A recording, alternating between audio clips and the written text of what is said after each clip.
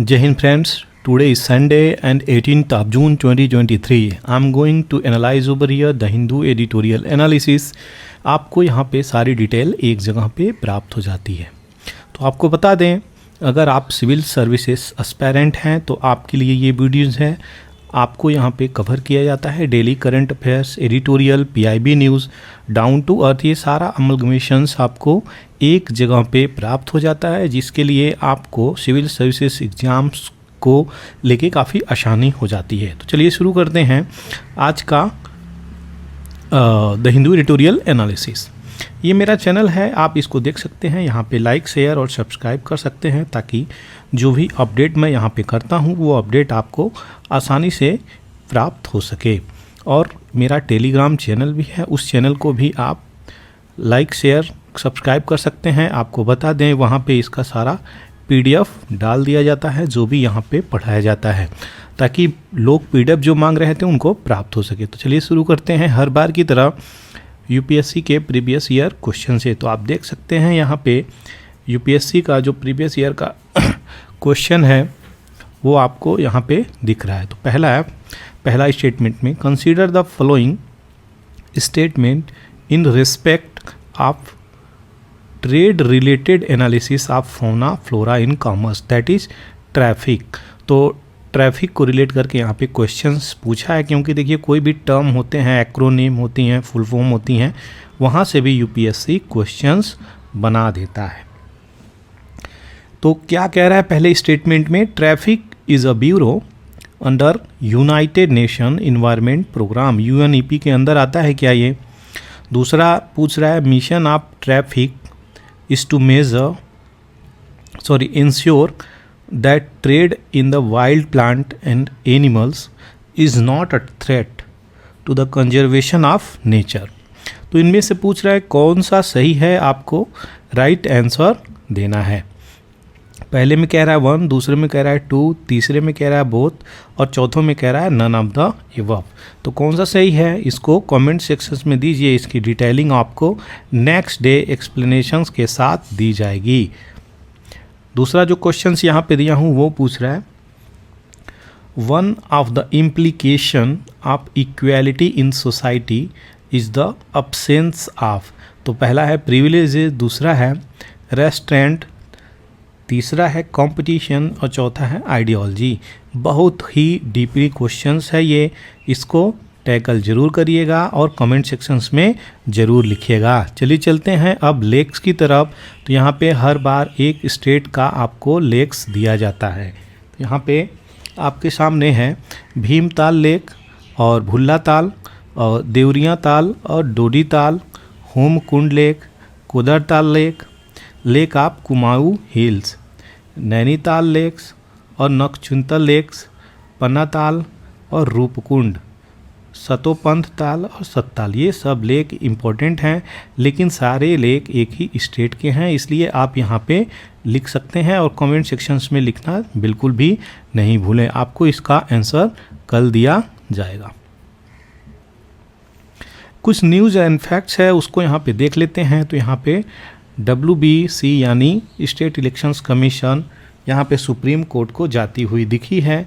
किसके चलते, तो यहाँ पे सेंटर जो है अपना फोर्स यहाँ पे डिप्लॉय कर रहा है पंचायत पॉल में, तो इसलिए यहाँ पे सीधे सुप्रीम कोर्ट को जाती हुई दिखी स्टेट इलेक्शंस कमीशंस। कहाँ की, वो वेस्ट बंगाल की। दूसरा जो न्यूज़ निकल के आ रहा है कि नेशनल इन्वेस्टिगेशन एजेंसी NIA का गठन कब किया गया था, इसका कमेंट सेक्शंस में लिखें ताकि आपको एटलीस्ट इसका स्थापना दिवस याद रहे। तो ये क्या किया, ये जांच करेगा किस चीज़ के लिए, तो यहाँ पे जो खालिस्तानी सपोर्टर हुए थे आपके US और कनाडा में तोड़फोड़ मचाए थे, उसके लिए यहाँ पे NIA जाएगा और जांच करेगा।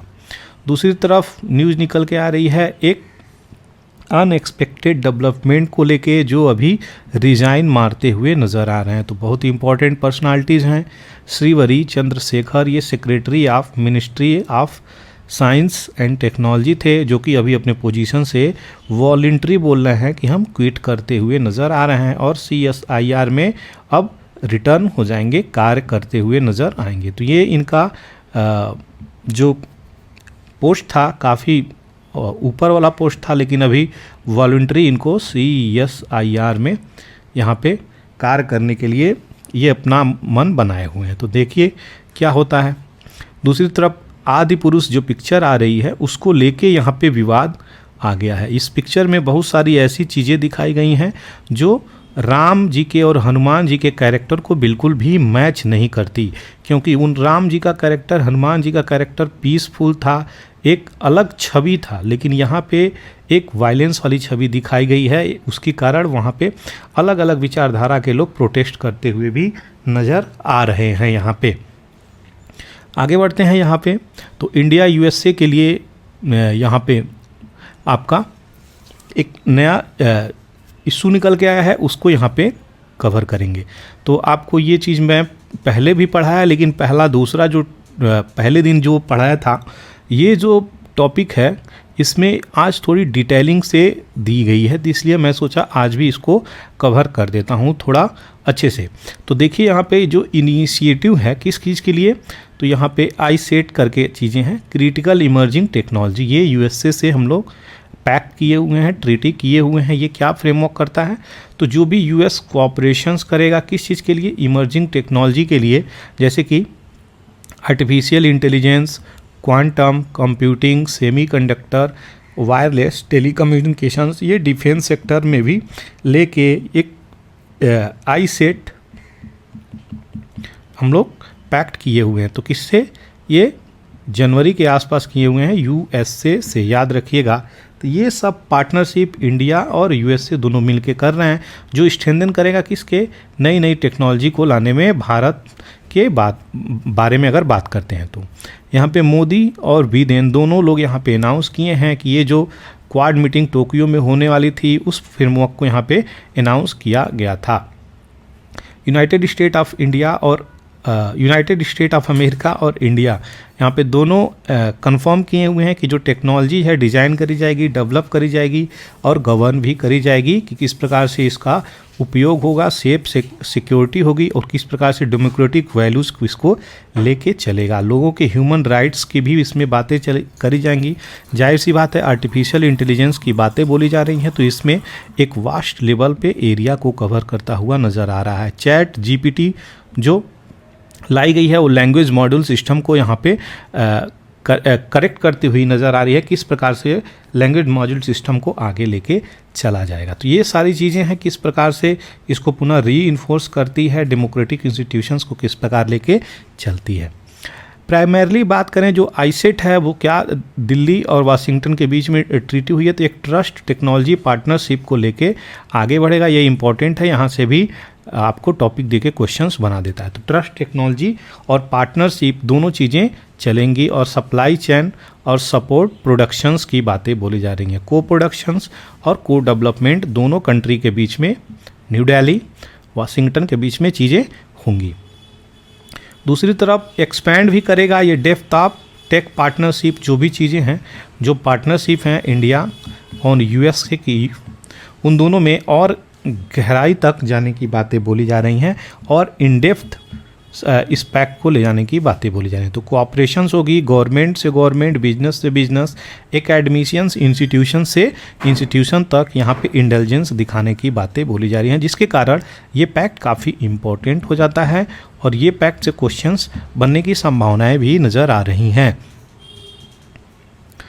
तो दूसरी तरफ बात करी जाए, केवल यहीं तक चीज़ें नहीं रुकती हैं ISET के अंदर, यहाँ पे रिसर्च सिस्टम भी सेटअप करने की बातें चल रही हैं कि इसके तहत रिसर्च सेटअप करी जाए ताकि लोगों को कम से कम इसके बारे में पता भी चले और यहाँ पे मिलके एक कोलैबोरेशंस करके आगे बढ़ने की बातें बोली जा रही हैं। जैसे कि आर्टिफिशियल इंटेलिजेंस की बातें बोली जा रही हैं, तो यहाँ पे इसको कैसे डील किया जाए, इंडस्ट्री की कोऑपरेशंस कैसे लाया जाए, कैसे रोड मैप तैयार करके आगे बढ़ा जाए, टेक्नोलॉजिकल में कैसे कोऑपरेशंस हो सके, डेवलपमेंट और प्रोडक्शंस की भी बातें बोली जा रही हैं। तो ये सारी चीज़ें इंपॉर्टेंट है और डिफेंस की जो टेक्नोलॉजी है उसमें भी कोऑपरेशंस की बातें बोली जा रही हैं, जो कि पहले मैं आपको बताया।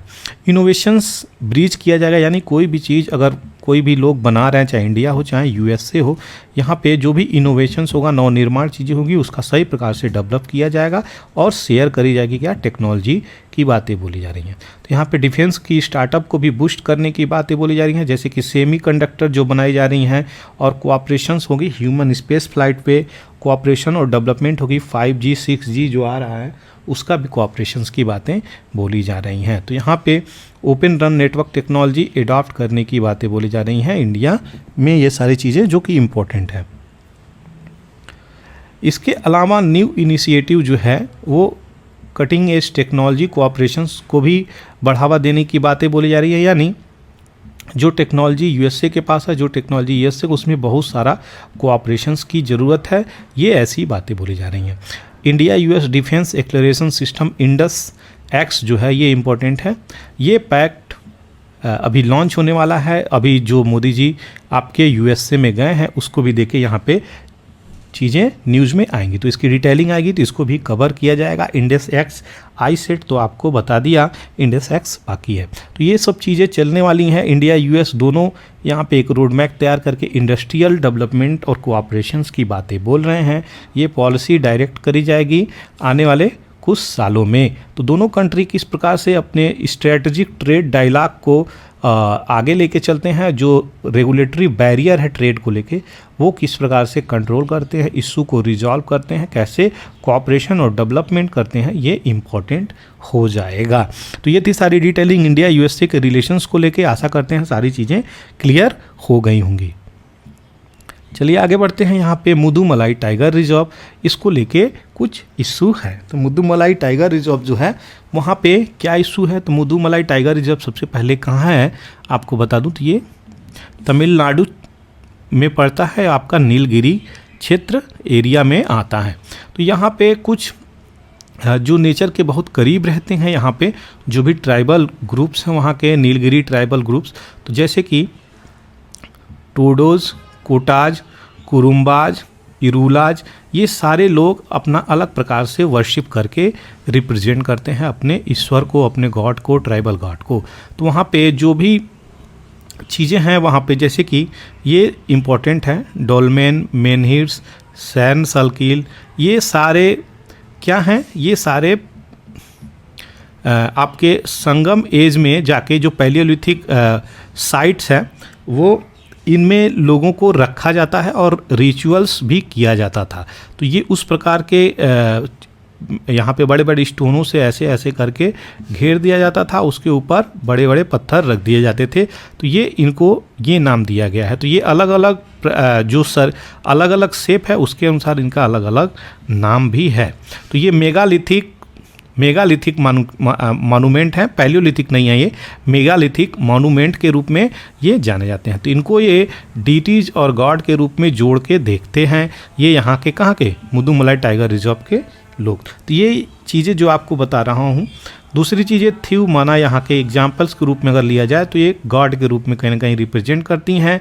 और यहाँ पे रिचुअल्स है कि यहाँ के आसपास का जो पानी है वो आपको उठाकर पीना होता है। उसके बाद इनके रिचुअल्स है कि वहाँ पे दीपक जलाना पड़ता है, लैंप जो बोली जा रही है उसकी सफाई डेली होती है। तो यहाँ पे अपने रिच कल्चरल हेरिटेज, इससे ट्रेडिशंस, रिचुअल से ये जुड़े हुए हैं। तो ये इम्पॉर्टेंट न्यूज़ में थी, इसलिए मैं इसको अलग से कवर किया हूँ। दूसरा जो है कोविन से रिलेटेड न्यूज़ आ रही है कि जो डाटा की लीकेज हुई है वो कैसे हुई है, ये यहाँ पे बातें बोली जा रही हैं। तो 12 जून को जो रिपोर्ट आता है यहाँ पे कहा जाता है कि प्लेटफॉर्म टेलीग्राम का है, वहाँ पे आप ये डाटा पा सकते हैं, अपने पर्सनल डाटा को, इंडियन सिटीजन्स को जो भी रजिस्टर की हैं कोविड-19 वैक्सीन्स को लेके। तो कोविड-19 का क्या फुल फॉर्म है, कोविड-19 वैक्सीन इंटेलिजेंस नेटवर्क। तो ये सारी इसकी फुल फॉर्म है।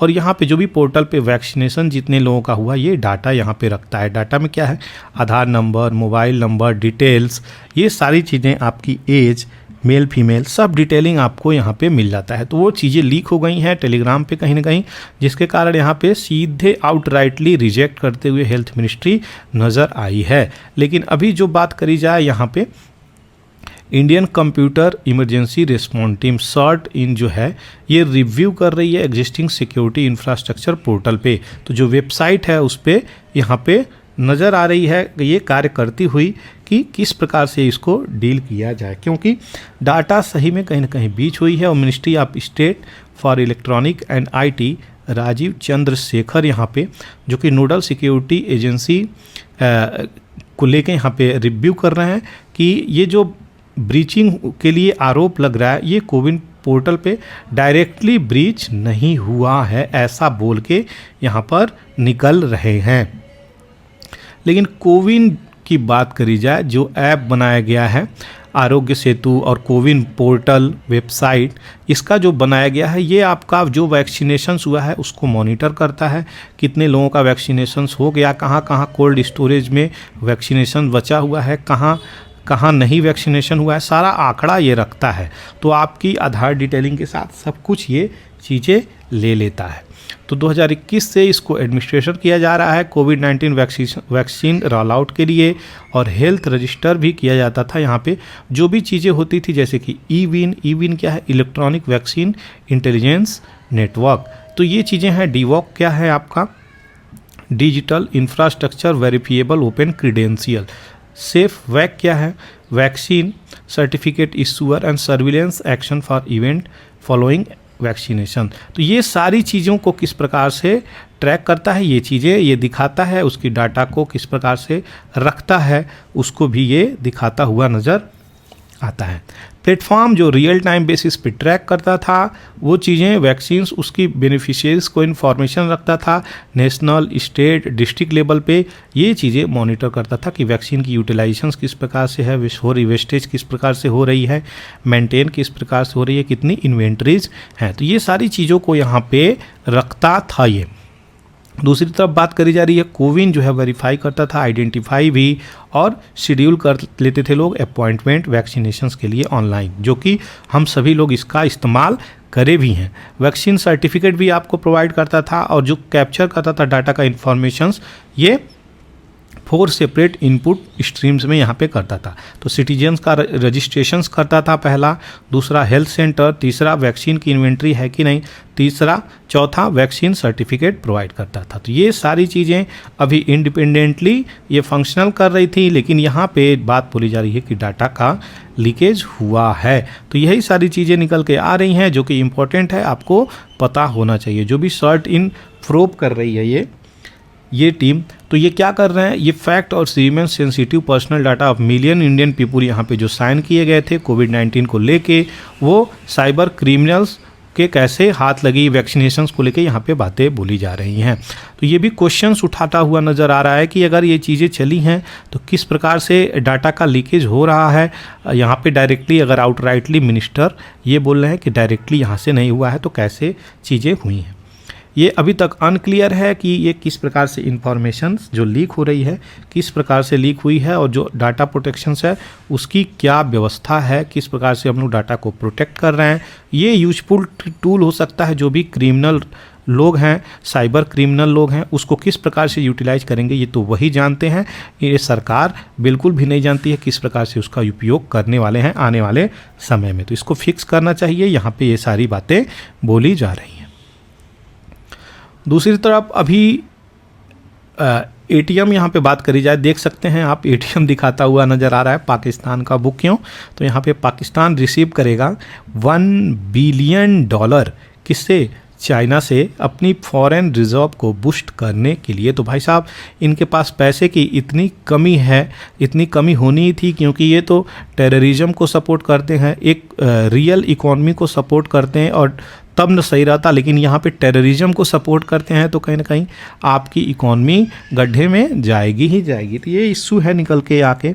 यहाँ पे एक कंट्री भारत आज़ाद हुई, दूसरी कंट्री पाकिस्तान, दोनों एक ही समय में आज़ाद हुई।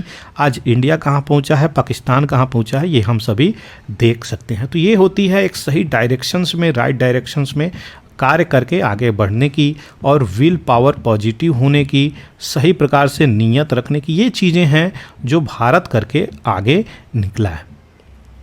तो पाकिस्तान पीएम यहाँ पे अपने भाई नवाज को यहाँ पे कह रहे हैं कि आइए और हेड करिए नेशंस को चौथे टर्म के लिए, FRA 4 टर्म के लिए यहाँ पे चीज़ें बुलाते हुए नज़र आ रहे हैं। शहबाज शरीफ यहाँ पे ये जो दिख रहे हैं, शहबाज शरीफ अपने भाई नवाज शरीफ को बुलाते हुए नज़र आ रहे हैं लंदन से, आइए और हेड करिए। दूसरी तरफ यूएस इम्पोजेज वीज़ा रिस्ट्रिक्शंस, तो किस कंट्री पे, तो सम युगांडाज, जो युगांडा के कंट्रीज़ के मेंबर हैं जो सिटीजनशिप लिए हैं, वो एंटी गेज लॉ यहाँ पे जो पास हुआ है उसकी वजह से रिस्ट्रिक्शंस लगाती हुई नज़र आ रही है। कह रही है कि यह मानवीय ह्यूमन राइट्स को लेके यहाँ पे हम कहीं ना कहीं डेमोक्रेटिक इशू को लेके यहाँ पे रिस्ट्रिक्शंस लगा रहे हैं। यहाँ पे साउथ अफ्रीका के लीडर रमपोसा जी यहाँ पे मिलते हुए नज़र आ रहे हैं। किससे, तो फेमस चेहरा है, याद रखिएगा, पुतिन साहब से मिलते हुए नज़र आ रहे हैं और बातें भी कर रहे हैं कि आप किसी तरीके से यहाँ पे वार को एंड करिए। तो यहाँ पे अफ्रीका का भी इंडल्जेंस हो चुका है इस फील्ड में, लेकिन वार जो है यूक्रेन और रसिया के बीच में रुकने का नाम नहीं ले रही है। आपको बता दें, जब ये वार शुरू हुआ था 1-1.5 साल पहले, तो लोग यही प्रिडिक्ट करते थे मैक्सिमम 15 दिन या फिर 20 दिन के अंदर वार फिनिश हो जाएगा। लेकिन जैसे ही वेस्ट कंट्री ने इसमें हाथ डाला तो यूएसए और लंदन, फ्रांस, ये सारी कंट्रीज़ क्या करने लगीं, यूक्रेन को सपोर्ट करने लगीं कि ठीक है आपको हम सपोर्ट करते हैं, आप वार करो। तो देखिए वार तो कर रही है यूक्रेन, लेकिन क्या हो रहा है यहाँ पे, इसके लोग मारे जा रहे हैं, इसके लोग मारे जा रहे हैं और इसको जो है इकोनॉमिकली, फिजिकली और जियोपॉलिटिकली हर प्रकार से यूक्रेन को सपोर्ट किया जा रहा है। यहाँ पे अकेला रसिया पड़ा हुआ है, तो रसिया यहाँ पे चाइना के भी साथ खड़ा हो रहा है और जो वेस्ट पार्टीज़ हैं वो सपोर्ट कर रही हैं यूक्रेन को। ये वार क्यों शुरू हो गया, तो यूक्रेन पहले रसिया का ही पार्ट था और यूक्रेन बाद में आके जब डिवीज़न हुआ यूएसआर का 1990s में, तो यहाँ पे एक यूक्रेन कंट्री के रूप में आया। लगभग 13 से 14 कंट्रीज़ फ्री हो गई इंडिपेंडेंटली और वहाँ पे ट्रीटी भी हुई थी कि ये नाटो को नहीं ज्वाइन करेंगे। नाटो एक संस्था है, ये नाटो को नहीं ज्वाइन करेंगे, लेकिन अभी यूक्रेन नाटो को ज्वाइन करने के लिए बहुत उत्सुक था, जिसके कारण रसिया और यूक्रेन का युद्ध छिड़ गया। तो ये थी सारी डिटेलिंग, आशा करते हैं चीज़ें क्लियर हो गई होंगी। आपको बता दें यहाँ पे कई लोग नए स्टूडेंट भी ज्वाइन करते हैं, इसलिए जो लोग नए हैं उनको ये स्टोरी नहीं पता होती है, इसलिए कभी कभी बैकग्राउंड में मुझे बताना पड़ता है।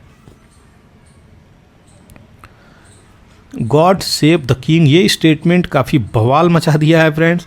यहाँ पे बिडेन ने अपने ऑडियंस को इस प्रकार से संबोधित किया है। तो ये क्यों किए हैं, एलिजाबेथ जो अभी रिसेंटली मरी हैं 2022 में, तो उनको लेके ये बात बोले हैं। ठीक है बोले हैं, लेकिन ये एक डेमोक्रेटिक कंट्री है, अब मोनार्की का कोई रूल नहीं है यूएसए पे, फिर भी गॉड सेव द क्वीन क्यों बोले हैं, यहाँ पे एक बहुत इंपॉर्टेंट क्वेश्चंस रेज हो जाता है। तो ये चीज़ें क्यों बोली गई हैं ये भी नहीं समझ में आ रहा है लोगों को, लेकिन काफ़ी ऑडियंस इससे अचंभित हो गई है। तो ये न्यूज़ में थी गॉड सेव द किंग, ये भी इसलिए आपको ये मैं चीज़ें बता दिया। दूसरी तरफ ओवर फिशिंग जो है, कोरल रीफ जो शार्क रहती हैं कोरल रीफ में, वो एक्सटिंक्शन के कगार पे पहुंच रही हैं, विलुप्त के कगार पे पहुंच रही हैं। कैसे, देखिए कोरल रीफ क्या होता है आपको बता दें, तो ये एक प्रकार से पॉलिप्स हैं, पॉलिप्स लिविंग पॉलिप्स हैं ये, और जो अब इनके डेड और डिकेइंग मटेरियल कैल्शियम कारकैरस जो होते हैं, बोन्स इनके इकट्ठे होके एक प्रकार से वो चट्टान बना देते हैं, जिसके कारण उनमें रंग बिरंगे लिविंग बींग रहने लगते हैं, जिसके कारण वो कलरफुल हो जाता है।